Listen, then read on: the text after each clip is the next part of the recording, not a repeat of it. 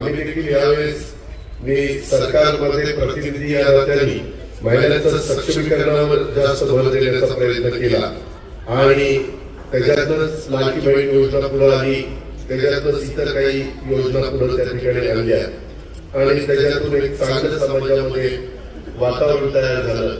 डिसेंबरचे पैसे पण मला वाटतं ह्याच महिन्यात सगळ्यांना मिळाले असतील. थोडा उशीर झाला, आचारसंहितेच्या काळामध्ये आम्हाला काही मर्यादा आलेल्या होत्या, परंतु डिसेंबरचे पण रक्कम माझ्या मायबाबूंच्या डिग्रीला गेली असेल.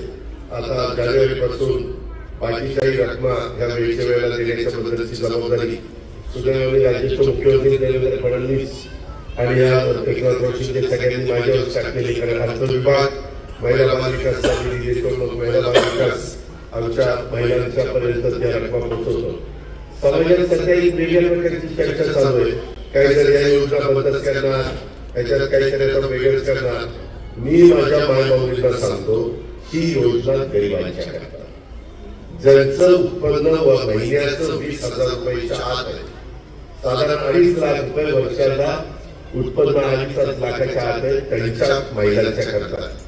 आता ज्या महिलांच्या घरी गाड्या घोड्या असतील, म्हणजे 4 चाकी वाहन, त्याचा तसं 1,500 रुपये ही गरिबांच्या करता, गरजू महिलांच्या करता.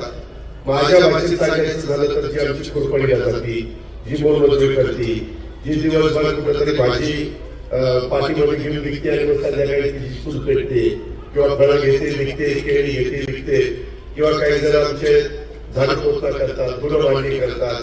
काही जण माझ्या महिला एका दिवशी 4-4 घराचा स्वयंपाक, तिथं पोळ्या लाटणं, भाजी 2 करणं, डाळ भात करणं, असं करून त्या पुढे जात असतात. अशा ज्या गरजू महिला आहेत की ज्यांना कुठलाच आधार नाही, अशांच्या करता ही योजना आणली. मधल्या काळामध्ये आमच्याकडे वेळ मर्यादित होता आणि त्याच्यामुळं काही विरोधक याचा बंद करणारे, ह्याचा असं काहीतरी करणारे काही करणार नाही. मी स्वतः अर्थमंत्री म्हणून तुम्हाला सांगतो ही योजना तुमची चालू राहणार. अशा प्रकारचा शब्द महायुतीच्या सरकारने निवडणुकीमध्ये दिलेला आहे. त्याच्यामुळे तुम्ही अजिबात काळजी करू नका. त्याबद्दलची विनंती मी माझ्या सगळ्या लाडक्या बहिणींना आणि माझ्या मायबाबूंना देखील करतो.